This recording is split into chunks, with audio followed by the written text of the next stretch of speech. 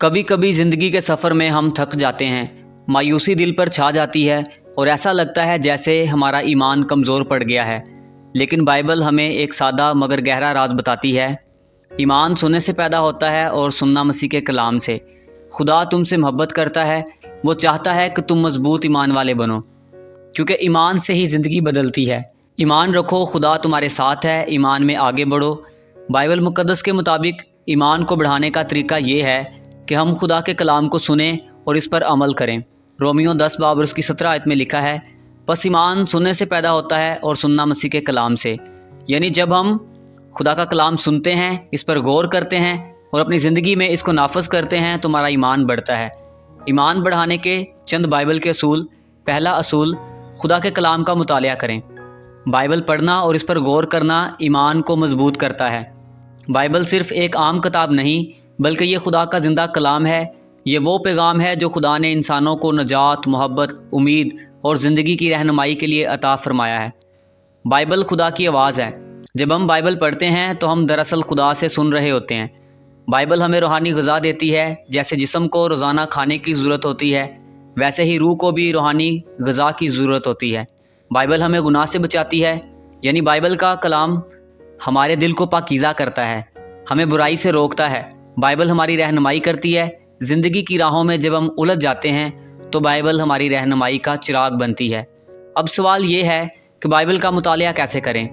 तो सुने फिर। दुआ के साथ आगाज़ करें। हर बार बाइबल खोलने से पहले खुदा से दुआ करें कि वो आपका दिल खोले और आपको अपना पैगाम समझाए। थोड़ा थोड़ा रोज़ाना पढ़ें। हर रोज़ एक बाब या कुछ आयत पढ़ें और इस पर गौर करें खुदा आपसे क्या कहना चाहता है। नोट्स बनाएं, जो बातें दिल को छुएं या समझने में मुश्किल हो उन्हें लिख लें या निशान लगाएं। इस पर अमल करें। मुतालिया सिर्फ मालूमात हासिल करने के लिए ना हो, बल्कि तब्दीली के लिए हो। जो सीखें इस पर अमल करें। दूसरों के साथ शेयर करें। जो कुछ आपने बाइबल से सीखा वो दूसरों के साथ बांटें। यह खुद आपके लिए ईमान को बढ़ाता है। बाइबल सिर्फ माजी की बातों की किताब नहीं, ये आज भी जिंदा है, आज भी बोलती है और आज भी दिलों को तब्दील करती है। खुदा का कलाम आपकी जिंदगी बदल सकता है, बस उसे खोलें और पढ़ना शुरू करें। ये था ईमान बढ़ाने का पहला असूल कि बाइबल का मुतालिया किया जाए। ईमान बढ़ाने का दूसरा असूल, दुआ और इबादत में मुस्तकिल रहें, यानी बाकायदगी से रेगुलर दुआ करें। दुआ के जरिए हम खुदा से रिश्ता मजबूत करते हैं। जिंदगी की मसरूफियात, मसाइल और आजमाइशें अक्सर हमें खुदा से दूर कर देती हैं, लेकिन बाइबल हमें सिखाती है कि दुआ और इबादत में मुसलसल रहना रूहानी जिंदगी की बुनियाद है। दुआ खुदा से बातचीत का जरिया है। दुआ है क्या? दुआ महज अल्फाज का दोहराना नहीं, बल्कि खुदा के साथ दिल की गहरी गुफ्तगू है। ये वो लम्हा है जब हम अपने दिल की बातें, शुक्रगुजारी, तौबा और ज़रूरियात खुदा के ज़ूर पेश करते हैं। दुआ और इबादत का आपस में ताल्लुक है। दुआ और इबादत एक दूसरे से जुदा नहीं। दुआ खुदा से बात करना है और इबादत खुदा को जानकर उसके सामने झुक जाना। जब हम दुआ और इबादत में मुसलसल रहते हैं तो हमारा ईमान बढ़ता है, दिल को सुकून मिलता है, आजमाइशों में गिरते नहीं बल्कि संभलते हैं, खुदा की आवाज़ को पहचानने लगते हैं। अब सवाल यह है कि दुआ में मुश्किल मिजाजी कैसे पैदा की जाए, यानी हम दुआ शुरू कैसे करें और रेगुलर दुआ में कैसे रहें। एक वक्त मुकर्रर करें। हर रोज़ एक वक्त मुकर्रर करें जो सिर्फ दुआ और इबादत के लिए हो। खामोशी इख्तियार करें।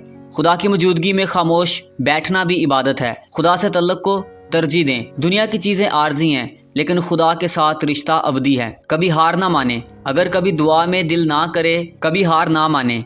अगर कभी दुआ में दिल ना लगे या तवज्जो ना हो तो भी रुके नहीं, जारी रखें, क्योंकि खुदा दिलों को जानता है। अभी तीसरा और आखिरी ईमान बढ़ाने का असूल, ईमानदारों की सोहबत। अच्छे ईमानदार दोस्तों के साथ रहना हमें रूहानी तौर पर मजबूत करता है। खुदा ने इंसान को तनहा नहीं बनाया। वो चाहता है कि हम रफ़ाकत में रहें, एक दूसरे की मदद करें और रूहानी तौर पर एक दूसरे को संवारें। इसलिए बाइबल में ईमानदारों की सोहबत को बहुत अहमियत दी गई है। सोहबत का असर इंसान पर गहरा होता है। बाइबल कहती है, पहला कुरिन्थियों 15वां बाब उसकी 33वीं आयत में, बुरी सोहबतें अच्छी आदतों को बिगाड़ देती हैं।